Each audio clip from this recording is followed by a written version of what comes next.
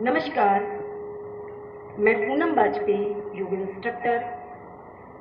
कल गुरु पूर्णिमा का पर्व है, अवसर है। मैं सबसे पहले आदि योगी भगवान श्री शिव जी को प्रणाम करती हूँ, नमन करती हूँ और साथ ही सभी गुरुओं को और विशेषतः सभी योग गुरुओं को प्रणाम करती हूँ और आप सभी का स्वागत करती हूँ। मैं योग स्पोर्ट्स फेडरेशन इंडिया का तहे दिल से आभार व्यक्त करती हूँ और योग स्पोर्ट्स फेडरेशन के डॉक्टर अजय वक्तारिया जी का मैं हार्दिक अभिनंदन करती हूँ, जिन्होंने मुझे यहाँ पर बोलने का अवसर प्रदान किया और आज मुझे योग और स्वास्थ्य पर बोलने का कुछ अवसर दिया और आज हम इसी पर चर्चा करेंगे। इस कोविड-19 के महामारी के दौरान मुझे पूर्ण विश्वास है दोस्तों, आप सभी लोग पूरी तरह स्वस्थ होंगे और सुरक्षा के अपना जो उपाय हैं उनको अपना रहे होंगे। इस कोरोना काल में विश्व में इतनी जनहानि और धन हानि हुई, जिसे देखकर हम सभी का मन बहुत द्रवित होता है। लेकिन वहीं हम सभी को देखकर पूरा विश्व आज आश्चर्यचकित है कि भारत जैसे देश में समय रहते सुरक्षा के उपायों को अपनाकर, हम योग को अपनाकर, आयुर्वेद को अपनाकर और आयुर्वेद के जो घरेलू उपचार हैं उनको अपनाकर हम थोड़ा सा काढ़ा वगैरह पीकर हम स्वस्थ हैं। इस संकट का हमने डटकर मुकाबला भी किया। आज विश्व के कई देश ऐसे हैं जो कि आधुनिक संसाधनों से संपूर्ण हैं, संसाधनों से परिपूर्ण हैं और उन्होंने भी हार मान ली। वो भी हमारे प्राचीन काल के ग्रंथों में बताई गई औषधियों एवं मनीषियों द्वारा बताए गए योग और प्राणायाम को अपनाकर उसके महत्व को स्वीकार किया और मजबूर हो गए मानने के लिए भी। जैसा कि आज हमारा विषय योग है, इस कोरोना काल में योग के महत्व को तो सभी समझ गए होंगे और सभी परिचित भी हो गए होंगे। योग अपने आप में एक विस्तार है, बहुत बड़ा ग्रंथ है। योग भारतवर्ष की एक अमूल्य और प्राचीन धरोहर भी है। गीता में जैसे कि भगवान श्री कृष्ण ने भी योग के महत्व को स्वीकार किया है। योग एक पूर्ण विज्ञान है, एक पूर्ण चिकित्सा पद्धति है, एक पूर्ण जीवन शैली है। योग रामबाण है, योग चमत्कार है, योग एक पूर्ण शास्त्र है जो एक साधक को श्रेष्ठ जीवन जीने का मार्ग बताता है। योग जीवन जीने की कला है, व्यक्तित्व को निखारने की कला है। योग के ऊपर कितना बोला जाए कम है। योग से हमारे जीवन के उद्देश्यों की पूर्ति होती है। योग के माध्यम से शरीर, आत्मा और मस्तिष्क के बीच सामंजस्य बना रहता है। योग एक संयम पूर्वक की जाने वाली साधना है, जिसके अंदर धैर्य होता है। संयम पूर्वक अर्थात धैर्य पूर्वक की जाने वाली साधना है, जिसके अंदर धैर्य होता है। योग उसे अपने आप चुनता है, हमें योग को चुनने की आवश्यकता नहीं है। योग जहां देखता है जिस व्यक्ति योग के काबिल है या योग जिसके अंदर धैर्य है, योग उसे अपने आप चुनता भी। योग के कई प्रकार हैं, भक्ति योग, कर्म योग, हठ योग, ज्ञान योग, तमाम प्रकार के योग हैं। लेकिन सरल शब्दों में कहा जाए तो योग का वास्तविक अर्थ है स्वयं का स्वयं से जुड़ना। बहुत डेफिनेशंस भी हैं इनकी। योगः कर्मसु कौशलम अथ योगानुशासनम। आत्मा का परमात्मा से मिलन ही योग है। लेकिन योग का वास्तविक अर्थ यही है दोस्तों कि स्वयं का स्वयं से जुड़ना। आज अपने अंदर अपने अंदर शांति और आनंद का अनुभव करना ही योग है। आज की भागम भाग जिंदगी में हम मशीन की तरह कार्य कर रहे हैं। इसी शरीर से हम अपने परिवार व समाज की सेवा कर रहे हैं। दिन भर काम करके ज्यादा से ज्यादा धन कमाने की होड़ में हम लगे हुए हैं, तनाव ले रहे हैं, बहुत जल्दबाजी कर रहे हैं, लेकिन जिस कारण हमारा शरीर धीरे धीरे बीमारियों की चपेट में आता जाता है। तमाम तरह की गंभीर बीमारियों का हम शिकार हो रहे हैं। गंभीर बीमारियां हमें घेर रही हैं। जोड़ों का दर्द, बीपी, हार्ट प्रॉब्लम, सर्वाइकल, गठिया, शुगर, अर्थराइटिस, डिप्रेशन, अज्ञात भय, माइग्रेन, डिमेंशिया, भूलने की बीमारी, तमाम तरह की बीमारियां हमें घेरती जा रही हैं। शरीर को पोषण देने के लिए तो हम भोजन करते हैं, लेकिन क्या हम कभी मस्तिष्क को पोषण देने के बारे में सोचते हैं? कभी हमारा ध्यान इस तरफ नहीं जाता है कि हम अपनी आत्मा को, अपने मस्तिष्क को भी पोषण दें। इस ब्रह्मांड में एनर्जी भरी पड़ी है पूरी, लेकिन हम उसे ले नहीं पाते हैं। प्रकृति से हमारा संपर्क टूट गया है। प्रकृति से हमारी श्वासों को एक लय मिली हुई है। वो लय हमारी बिगड़ चुकी है। वो हमारी लय पूरी तरह बिगड़ चुकी है, जिससे हम अस्वस्थ होते जा रहे हैं। बीमारियां हमें घेरती जा रही हैं। वायु में विषैला तत्व है जो कि जिस कारण हम बीमार होते जा रहे हैं। हम श्वास शुद्ध नहीं ले रहे। जब हम धीरे धीरे बीमार हो जाते हैं, बीमारियों के चपेट में आ जाते हैं, तब हमारा ध्यान हमारा ध्यान हमारे शरीर की तरफ जाता है। तब तक बहुत देर हो चुकी होती है। हम बीमारियों से घुर चुके होते हैं। फिर हमारा ध्यान उस बीमारी की तरफ जाता है जिसको ठीक करने में हम अपना पैसा और समय खर्च करते हैं। साथ ही परिवार पूरा डिस्टर्ब हो जाता है। तब तक बहुत देर हो चुकी है। जल्दी ठीक होने की नौबत तो आती नहीं है, ऊपर से हम मानसिक बीमारियों से भी घिर जाते हैं। हम सब कुछ बन जाते हैं, डॉक्टर बन जाते हैं, इंजीनियर बन जाते हैं, वकील बन जाते हैं, शिक्षक बन जाते हैं, लेकिन अपने शरीर की तरफ हमारा ध्यान बिल्कुल भी नहीं जाता। हमारा शरीर ईश्वर की बहुत सुंदर रचना है मित्रों। इस रचना की कभी आप कल्पना कीजिए, इसके बारे में सोचिए। कहा जाता है पहला सुख निरोगी काया। शरीर अगर स्वस्थ है तो हमारा हर कार्य में मन लगता है, लेकिन अगर शरीर अस्वस्थ है तो हमारा किसी भी कार्य को करने में मन नहीं लगता है। एक बहुत सुंदर रचना है शरीर। एक एक अंग को आप जब देखेंगे, एक एक अपने शरीर की तरफ एक एक अंग के क्या कार्य हैं। छोटी छोटी जो हमारे आँख है, आँखों से कितने सुंदर कितना सुंदर हम रचना देखते हैं, प्रकृति को देखते हैं, झरनों को देखते हैं, पेड़ पौधों को देखते हैं। कितना सुखद अनुभव होता है। पेड़ पौधे हमें एनर्जी देते हैं।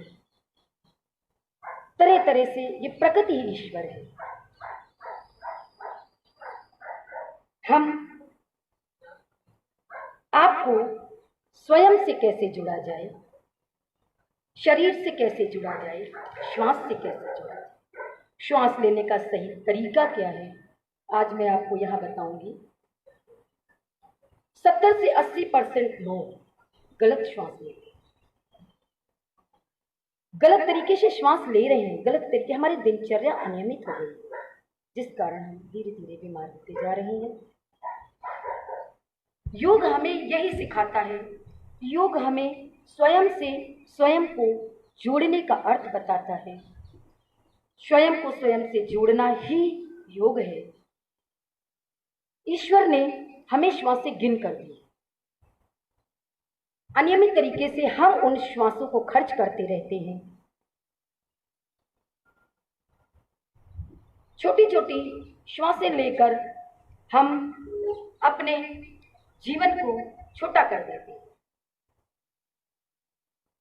धीरे धीरे हमारी आयु छोटी होती जाती है और तमाम बीमारियां भी हमें घेर लेती है।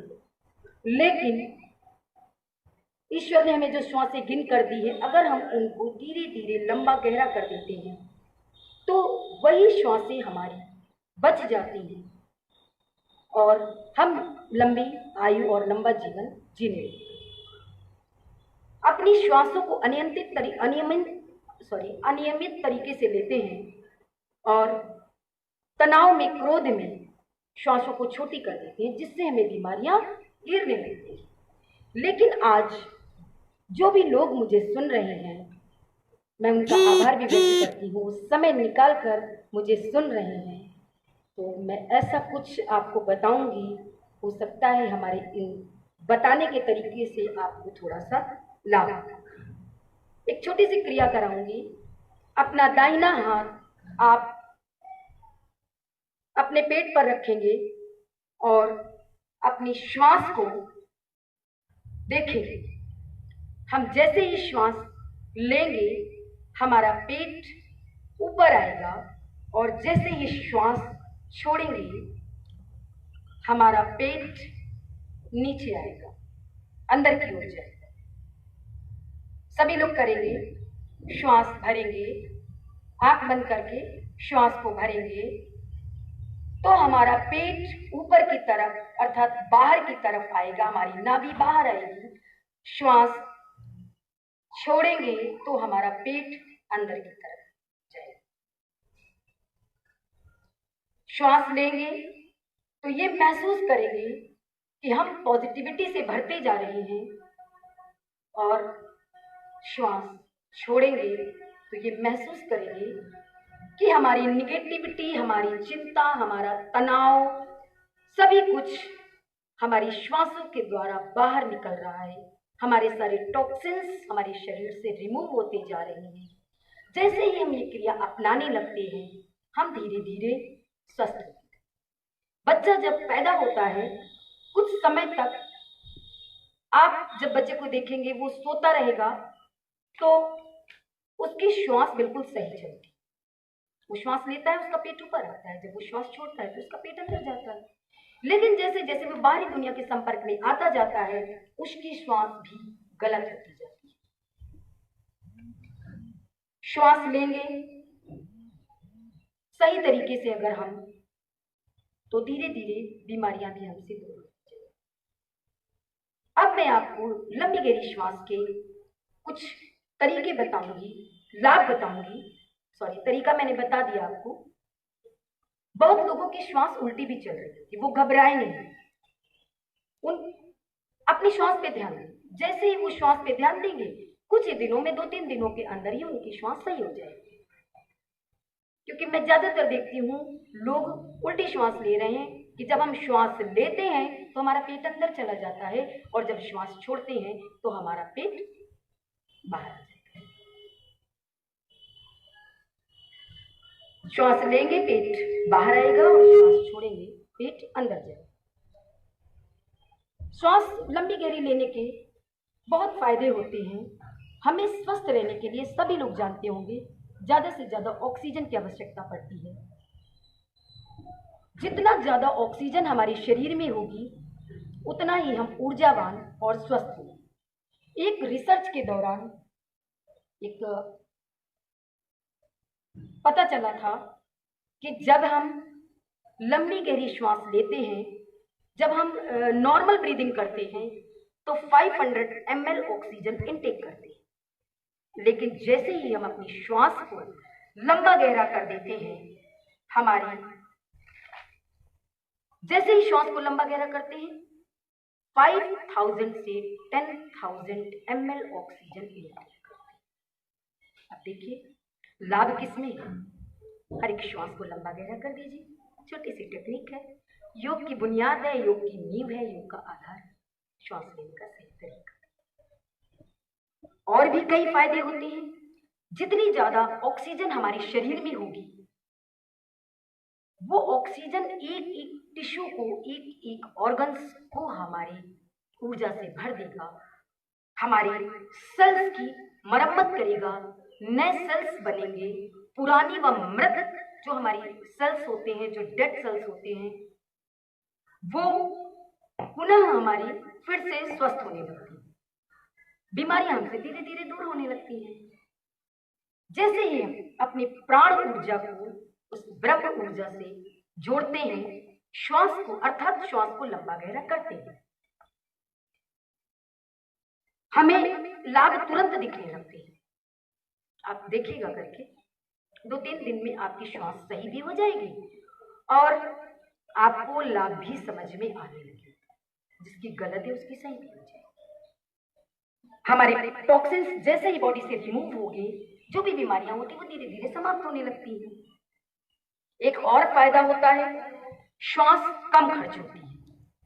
जैसे ही लंबी गहरी लेने लगेंगे, हमारी श्वासों की बचत होने लगेगी और हम लंबी आयु जी सकते हैं।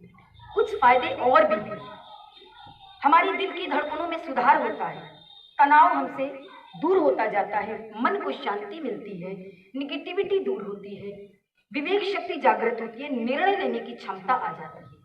आज युवा वर्ग जो कि बहुत कंफ्यूज्ड है, मार्गदर्शन की कमी है, परेशान होते हैं कि क्या करें क्या ना करें, बीएड कर लें कि एमएड कर लें कि बीपीएड कर लें, चलो बैंक की भी तैयारी कर लें, तमाम तरह की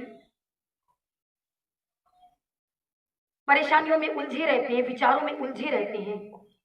वो भी इस टेक्निक को फॉलो करेंगे तो उन्हें भी निर्णय लेने की क्षमता आ जाएगी, उनकी विवेक शक्ति जागृत हो जाएगी, क्या करना है क्या नहीं करना है ये भी उनका धीरे धीरे क्लियर होता जाएगा।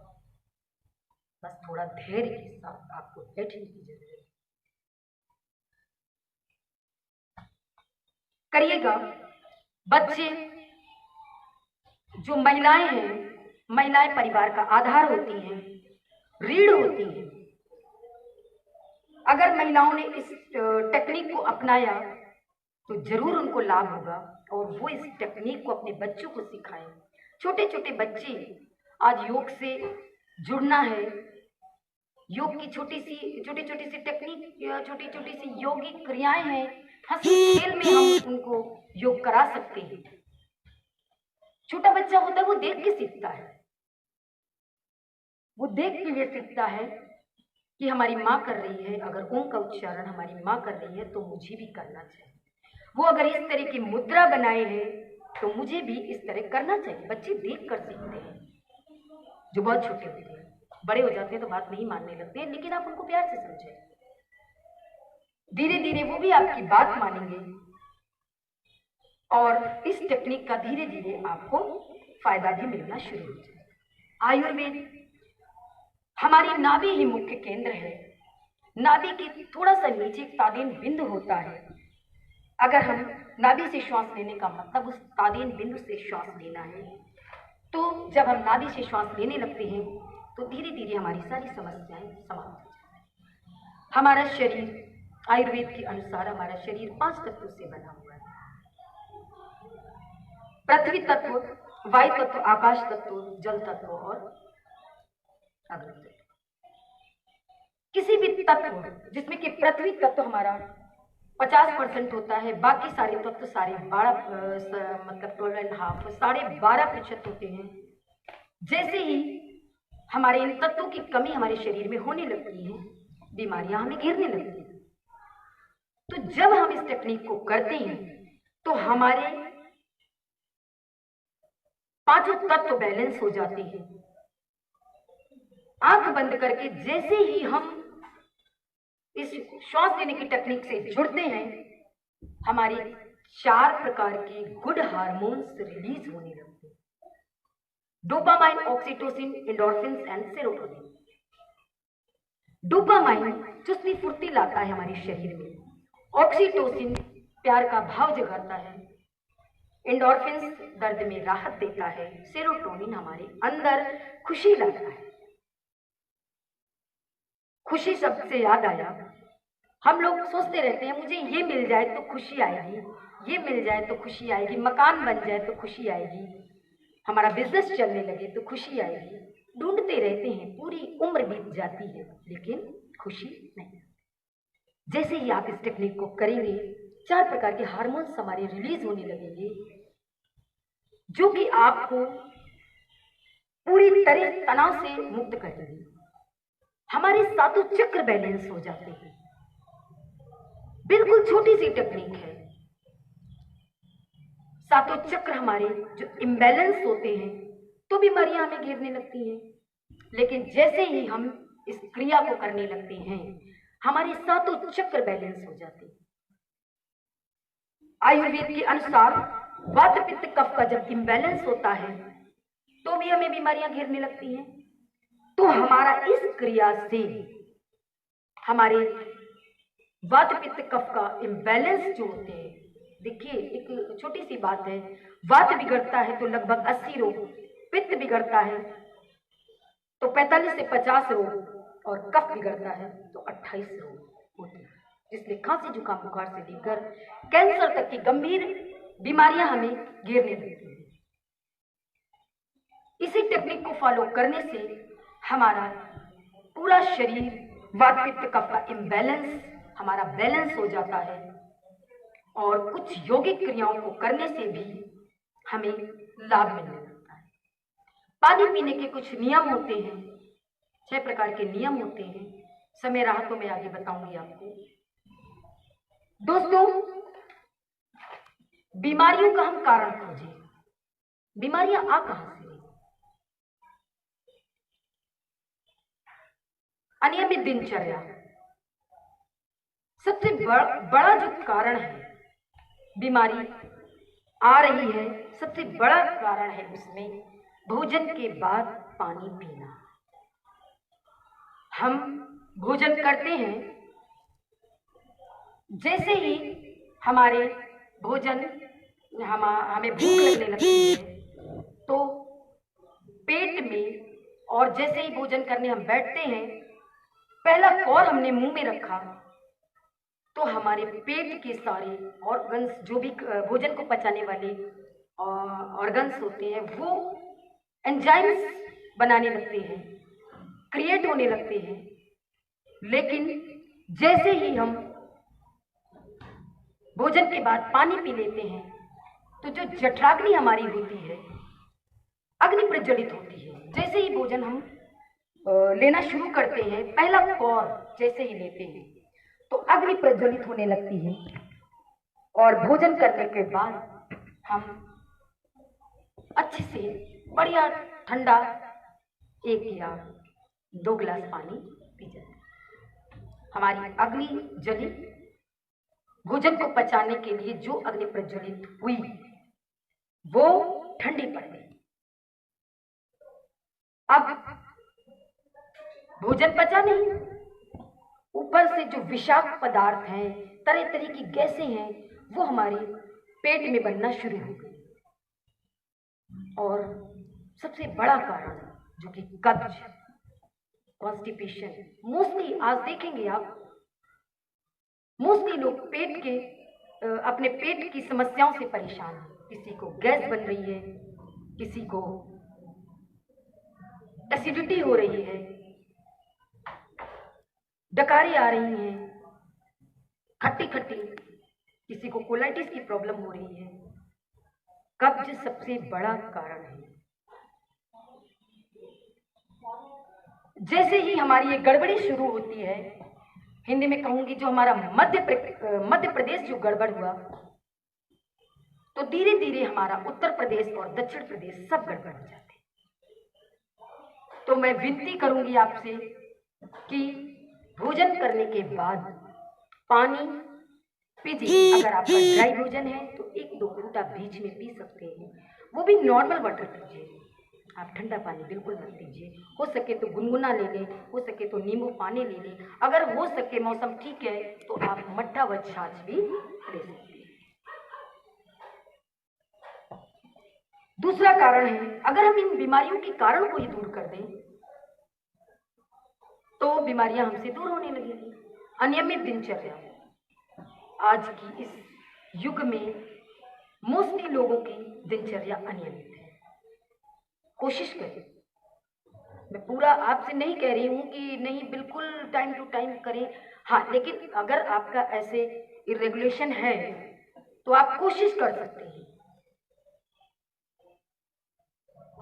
मीडिया के भाई बहन जो हमारे, उनको मीडिया हमारा बहुत लोकतंत्र का चतुर्थ स्तंभ है और बहुत अच्छा कार्य करते हैं। ये लोग खबरें लाते हैं हमारे लिए, तो मैं उनसे भी थोड़ा रिक्वेस्ट करना चाहूंगी कि कोशिश करें। लेकिन अब चूंकि न्यूज़पेपर रात भर छपता है तो अब उनका कार्य करना मजबूरी है, लेकिन कुछ कारणों को अपनाकर हम कोशिश कर सकते हैं। अगर हम जहां तक सुधार सकते हैं वहां तक सुधारें। दूसरी, क्योंकि हमें जैविक घड़ी के अनुसार जीना है।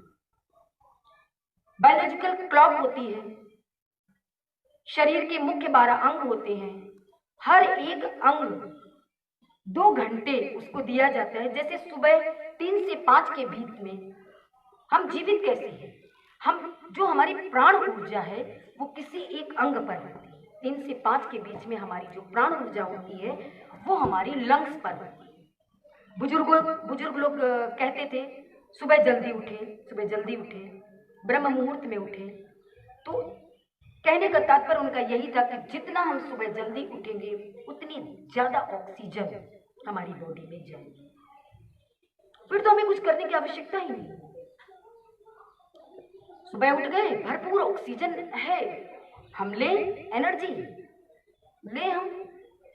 लेकिन रात में देर से सोना, सुबह देर तक उठना, कहते हैं सूर्य भगवान को हमें जगाना चाहिए, लेकिन सूर्य भगवान हमें जगा रहे हैं, हम उल्टी गंगा बहा रहे हैं। इसलिए निवेदन है, जो कर सकते हैं वो करें। कहते हैं जो देर से उठते हैं, जब सूरज भगवान निकल आते हैं तब हमारी सूर्य निकलने से पहले हमारी बॉडी को वर्टिकल में हो जाता है, हमें खड़े हो जाता है। सूर्य निकलने के पहले हॉरिजॉन्टल हमारी बॉडी नहीं है। लेकिन आज बहुत ऐसे लोग हैं जो सुबह का सूरज ही नहीं देखते हैं। इसलिए निवेदन है, कोशिश करें, हो सकता है कुछ सुधार हो जाए। तो पहला मैंने बताया, पेट की सारी गड़बड़ी शुरू होती है आपकी पेट से। जो हम खाते हैं वो ठीक से अगर हम पचाने लगेंगे जिस दिन, उसी दिन हम बीमारियों से हमें निजात मिलने लगेगी। सुबह भर पेट पानी पीजिए। सुबह आप उकड़ू बैठ करके, जैसे हम बैठते हैं, उकड़ू मीन्स इंडियन बॉडी में जैसे बैठते हैं, वैसे अगर बैठकर हम पानी पीते हैं तो हमारा पूरा बड़ी आपकी कोलोन की सफाई हो जाती है। गुनगुना पानी लें, ज्यादा अच्छा है, नींबू शहद भी डाल सकते हैं। दूसरा कारण है, हम प्रकृति की ओर लौटे। जैसे हम धीरे धीरे हम प्रकृति की ओर लौटने लगेंगे, लाइट चली गई थी, सॉरी। यहाँ तात्पर्य प्रकृति की ओर लौटने से है। अभी मैंने शायद बताया था कि एक प्रकृति से हमें लय मिली हुई है, जिस लय के बिगड़ने से हम बीमार हो जाते हैं। उठिए, जल्दी अगर उठ सकते हैं तो उठिए।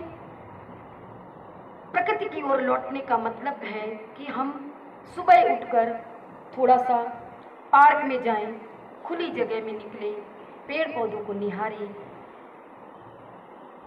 पीपल के वृक्ष के पास जाएं। पीपल और तुलसी हमें 24 घंटे ऑक्सीजन देते हैं। अपने घरों में पेड़ पौधे लगाएं और उनसे भरपूर ऑक्सीजन लें।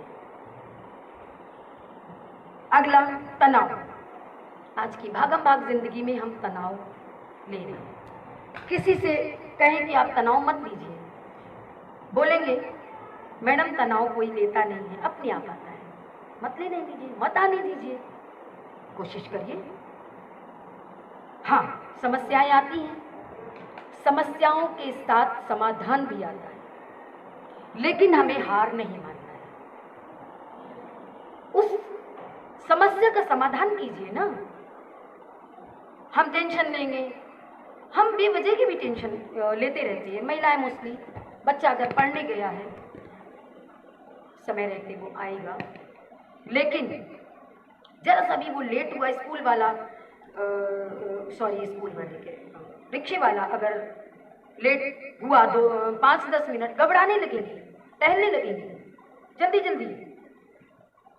अरे भगवान पे भरोसा तो कीजिए, ईश्वर से प्रार्थना कीजिए, हमारा बच्चा ठीक होगा, कोई प्रॉब्लम नहीं। हम निगेटिव ही सोचते रहते हैं, हम कभी पॉजिटिव क्यों नहीं सोच पाते।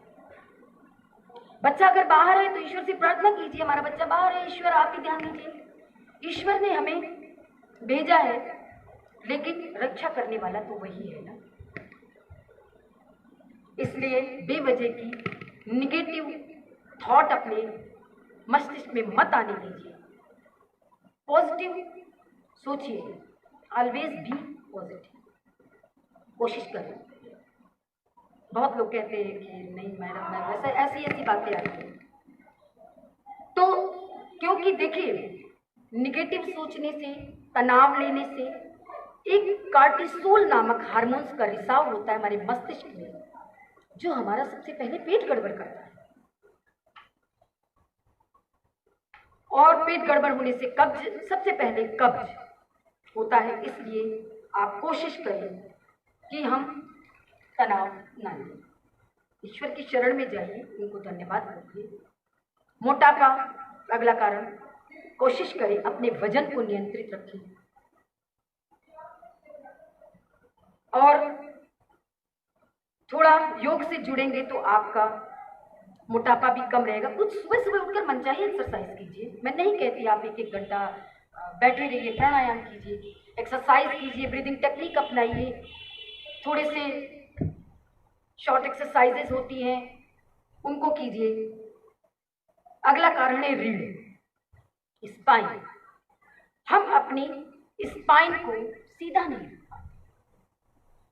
छोटे छोटे बच्चे हैं आज अपनी रीढ़ को या बिल्कुल ऐसे झुक करके बैठने लगे हैं, मोबाइल देखेंगे बिल्कुल ऐसे कर लेंगे, तो ये तरीका भी गलत है। 72,864 नस नाड़ियों का जाल हमारे शरीर में होता है। रीढ़ हमारी मुख्य आधार है, हमारा मेरुदंड, जिसके सहारे हमारे पूरा शरीर का ढांचा इस तरह से खड़ा है। तो महिलाएं अपने बच्चों को कोशिश करें कि उनको सीधा बैठने की आदत डालें, क्योंकि जितना हम सीधा बैठेंगे उतनी हमारी मस्तिष्क की क्षमता बढ़ेगी, कंसंट्रेशन पावर अच्छा होगा। रीढ़ को सीधा करने से तमाम बीमारियों से हमें राहत मिलती है। नींद, एक टॉपिक पे मैं चर्चा कर रही हूँ। नींद कम ले रहे हैं लोग। कम से कम इस पूरे शरीर को 6 से 7 घंटे की नींद बहुत जरूरी है। काम इतना कर रहे हैं लेकिन नींद भी आप प्रॉपर लीजिए। अगला कारण है, क्योंकि जैसे ही हम नींद भरपूर लेते हैं हमारी पूरी बॉडी रिपेयर हो जाती है। क्रोध मत करिए। आप कहेंगे गुस्सा तो आती है, 1 से 10 तक उल्टी गिनती शुरू कर दीजिए, गुस्सा धीरे धीरे समाप्त करिए। मुझे गुस्सा आता है, लेकिन कोशिश करें, कोशिश करने वालों की कभी हार नहीं होती। इसलिए आप कोशिश कर सकते हैं, अगर ज्यादा गुस्सा आता है तो तुरंत आंख बंद करके बैठ जाएं, अपनी श्वासों पे ध्यान लगाने लगे और धीरे धीरे देखिएगा क्रोध आपसे दूर हो जाए। पोस्चर, अगला टॉपिक है पोस्चर। हमारे खाने पीने, सोने, बैठने के तरीके, बैठने का तरीका गलत हो रहा है। बच्चे लेटते हैं गलत तरीके से। बच्चे क्या, सभी, ये बात सभी के लिए है। कभी हाथ इस तरह से हम दबा कर लेट जाते हैं, जिससे हमें सर्वाइकल की प्रॉब्लम हो जाती है। तो अपने पोस्चर को सही करें। डाइट, बॉडी में आयरन, कैल्शियम, विटामिन डी और पोषक तत्वों की सारे विटामिन ए बी सी जितने भी हैं की कमी होने से भी हमें बीमारियां घेरने लगती हैं।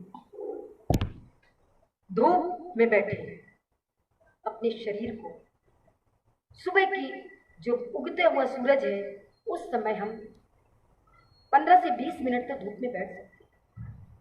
सर्दी में मॉर्निंग में बैठे, सर्दी में दोपहर में भी बैठ सकते हैं, लेकिन गर्मी में आप सुबह की धूप, सूरज भगवान के सामने तो जाइए, आपकी सारी बीमारियां धीरे धीरे समाप्त हो जाएगी।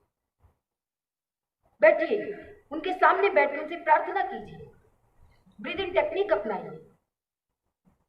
हे सूरज देवता, जिस तरह आप प्रकाश फैला रहे हैं उसी तरह मुझे भी इस योग्य बनाए कि अपना प्रकाश फैलाकर किसी का भला कर सके और स्वस्थ रह सके। जब हम स्वस्थ रहेंगे तो हम परिवार के साथ साथ समाज की और राष्ट्र के बारे में भी सोच सकते हैं। लेकिन हम अगर अस्वस्थ रहेंगे तो हम अपने ही बारे में नहीं सोच पाएंगे, तो हम क्या परिवार और क्या हम अपने पति के बारे में सोच पाएंगे। इसलिए कोशिश करें। इलेक्ट्रॉनिक गैजेट्स भी बहुत बड़ा कारण है हमारी बीमारियों का। इन गैजेट्स का उतना ही इस्तेमाल करें जितना हमें जरूरत है। अब तो ऑनलाइन पढ़ाई हो रही है। पहले हम कहते थे बच्चों फोन से दूर रहो, नहीं देते थे फोन कि चलो 5-10 मिनट आप देख लीजिए, लेकिन नहीं देते। अब चूंकि ऑनलाइन पढ़ाई हो रही है तो हमें देना पड़ रहा है, लेकिन बस पढ़ाई करने के लिए ही दीजिए। बाकी उनको समझाइए, बच्चों को प्यार से समझाएंगे तो जरूर मानेंगे। अगर हम इरिटेट होंगे, गुस्से में उनका फोन छीनेंगे तो वो हमसे और ज्यादा दुगना गुस्सा दिखाएंगे। जैसे हम इरिटेट होंगे, बच्चे इरिटेट होंगे, हस्बैंड तो होंगे ही होंगे। जब देखो तब बच्चों को डांटती रहती हो, ये वो दुनिया की बातें हमें भी सुनने को मिलेंगी। इसलिए कोशिश करें कि उन्हें प्यार से समझाएं, अपने पतियों को प्यार से समझाएं और महिलाएं भी थोड़ा धैर्य से कार्य करेंगी तो उन्हें लाभ। अब अगला टॉपिक है सोच, विचार। जो हमारे मस्तिष्क में जो विचार आते हैं वो हमें कैसे है? अपनी सोच को अच्छा रखें। अभी मैंने बताया था शायद कि सकारात्मक सोचें, सकारात्मक सोचिए। हमारे मन का भाव अच्छा होना चाहिए। मन का भाव जितना अच्छा होगा, खुशी एक टॉपिक आया था। क्या होता है कि जैसे ही कोई तरक्की करता है, आगे बढ़ता है, हम लोग जलने लगते हैं, उससे ईर्ष्या करने लगते, मन ही मन उड़ने भी लगते। मनुष्य जन्म है, सब होता रहता है, उल्टा मन में आ जाता है। लेकिन एक बात मैं आपको बताऊं, किसी का बच्चा अगर तरक्की करता है और मेरा बच्चा पढ़ने में होशियार नहीं है तो मन में नकारात्मक विचार आ जाते हैं और हम बच्चे को भी सुनाने लगते हैं। रिजल्ट आया है स्कूल का, बहुत माता पिता ने बच्चों को सुनाया भी होगा, लेकिन ऐसा मत करिए। बच्चे बहुत कोमल होते हैं, अगर आप उन्हें प्यार से समझाएंगे तो जरूर मानेंगे। उन्हें पढ़ने दीजिए, नंबरों के पीछे मत भागिए।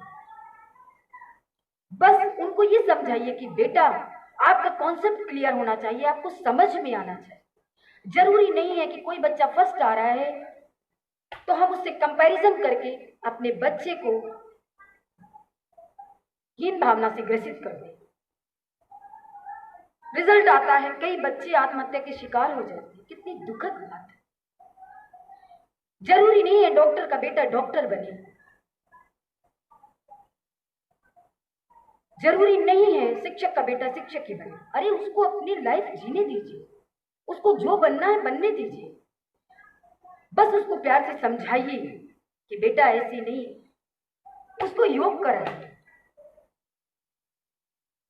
आंख बंद करके बिठाइए। तो अगर आपका बच्चा गलत राह में जा रहा है वो जरूर लौटेगा।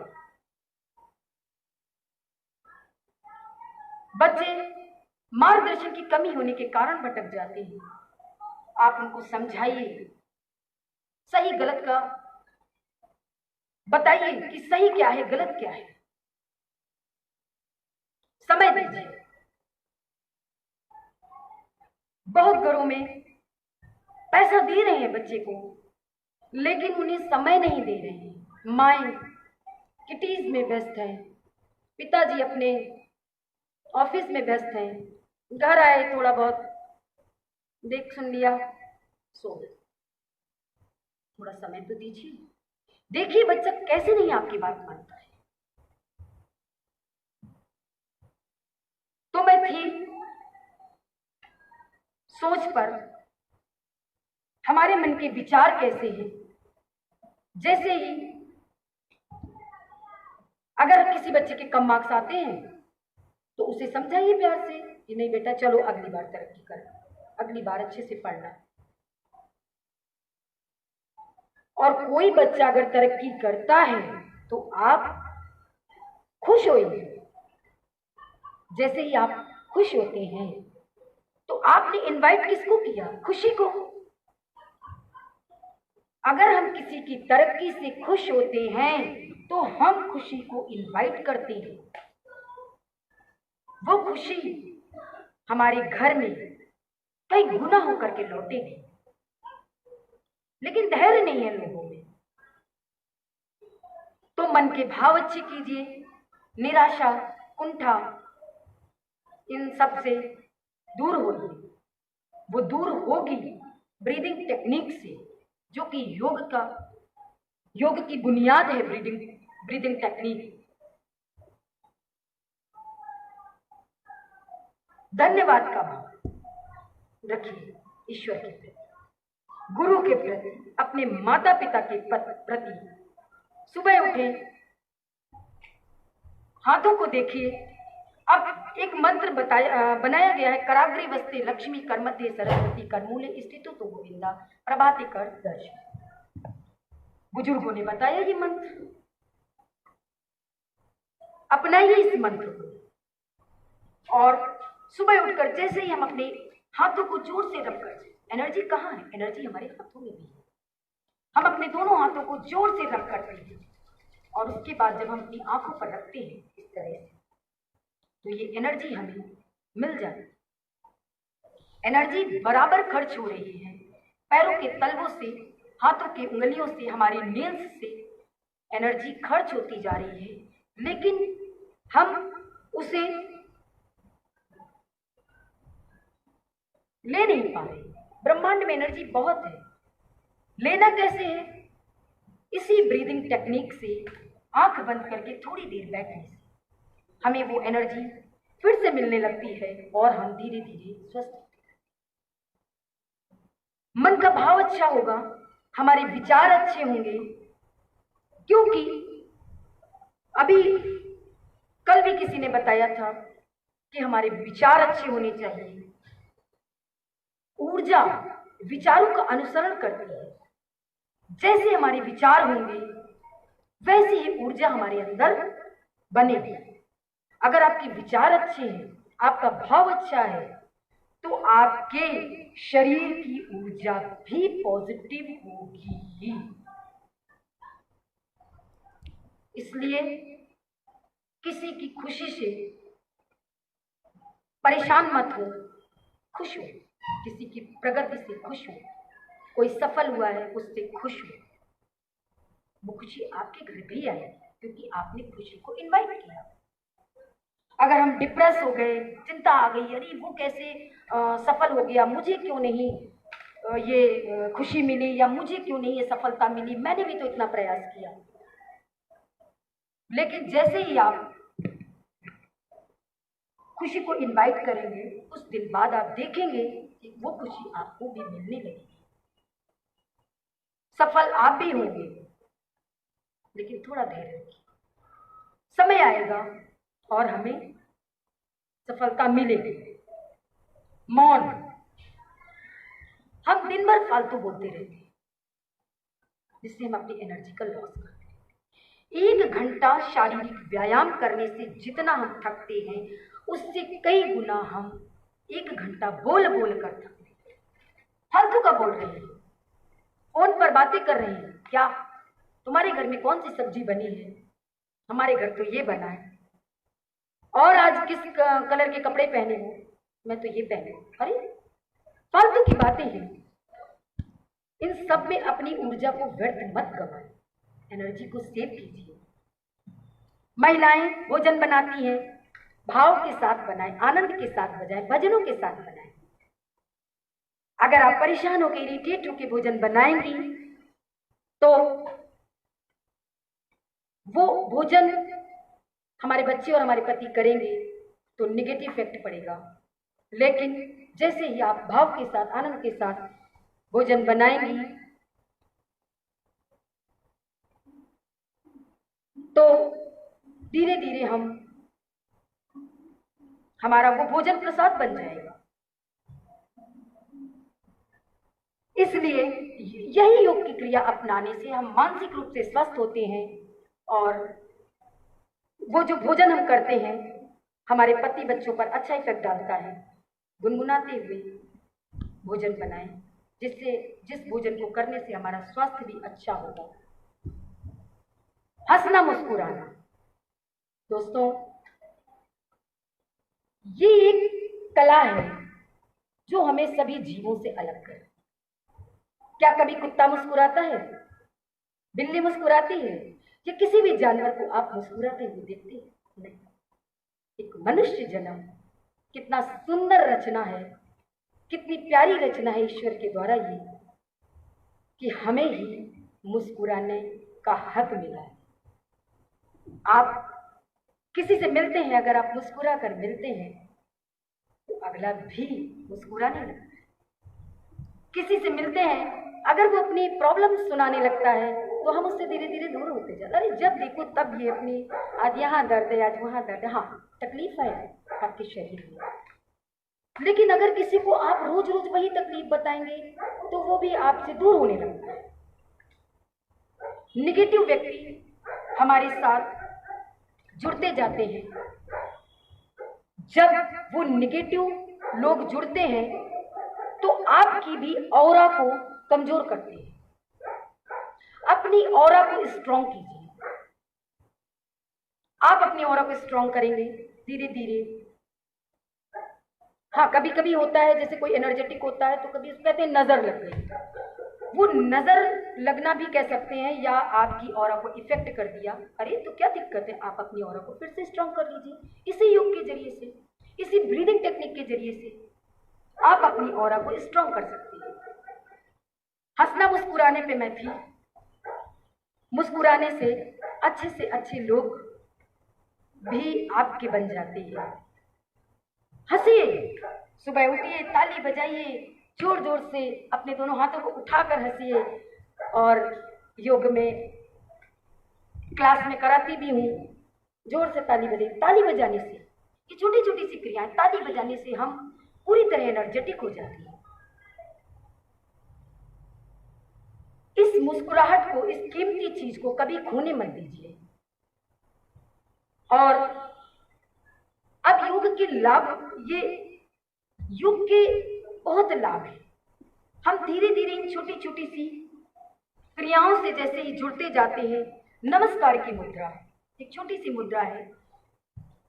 कोरोना ने हमें सिखा दिया, हमें हैंडशेक नहीं करना है, हमें नमस्कार करना है। पहले बुजुर्ग कहते थे, हम लोग मानते नहीं। जैसे ही हम नमस्कार करते हैं इस तरह से एनर्जी, क्योंकि यहाँ पर एनर्जी रिलीज हो रही है, हमारे हाथों से वेस्ट हो रही है। जैसे ही हमने नमस्कार की मुद्रा की, ये एनर्जी यहाँ से, हृदय से मस्तिष्क तक पहुंचती है और हमारी हृदय को स्वस्थ करती है, फेफड़ों को स्वस्थ करती है और मस्तिष्क तक पहुंचकर हमारी मानसिक बीमारियों को भी समाप्त करती है। हमने ऐसे किया, अगर इस तरह से आप कर सकते हैं, करके गायत्री मंत्र का उच्चारण कर लीजिए 5 से 7 बार, सोते समय, जगते समय। धीरे धीरे देखिए आपकी समस्याएं समाप्त होती जाएंगी। अंजलि मुद्रा, एनर्जी ईश्वर से लीजिए तो कई टेक्निक है एनर्जी लेने की। जैसे ही हम अपना लेफ्ट हैंड राइट हैंड के ऊपर रखते हैं और अपनी नाभि के पास लगाते हैं, ईश्वर के ध्यान में बैठते हैं, एनर्जी मिलना शुरू हो जाती है, आप एनर्जेटिक हो जाते हैं। तमाम योग में मुद्राएं हैं, इन मुद्राओं को करने से बहुत लाभ हमें लगता है। प्राण मुद्रा, व्यान मुद्रा, अपान मुद्रा, ये प्राण मुद्रा है, बहुत अच्छी मुद्रा है। इस मुद्रा को करने से बहुत फायदे होते हैं। हमारा इम्यून सिस्टम स्ट्रांग होता है, जो कि आज के समय में बहुत आवश्यक है। इस कोरोना काल में हमें इम्यून सिस्टम अपना स्ट्रांग करना है। ब्रीदिंग टेक्निक से भी आपका इम्यून सिस्टम स्ट्रांग होगा। इस प्राण मुद्रा से हमें एनर्जी मिलती है, हमारी रोग प्रतिरोधक क्षमता बढ़ती है, शरीर में सारी प्रकार के विटामिन को ये पूरा करती है। बहुत अच्छी मुद्रा, इसे आप 5 मिनट कर लीजिए। कपालभाति क्रिया, अनुलोम विलोम, शीतली शीतकारी, तमाम तरह की जो हमारी प्राणायाम है, उद्गीत, सूर्य वेदी, चंद्र वेदी, कुछ भी अपना लीजिए, कुछ भी कर लीजिए। गर्मी में चंद्र वेदी, सर्दी में सूर्य वेदी। सूक्ष्म व्यायाम, आप जिसको शॉर्ट एक्सरसाइज भी कहेंगे, हाथों पैरों को हिलाइए, थोड़े से हल्के हल्के आसन कर लीजिए और इस तरह से हमें ये यौगिक क्रियाएं बहुत लाभ दे देंगी।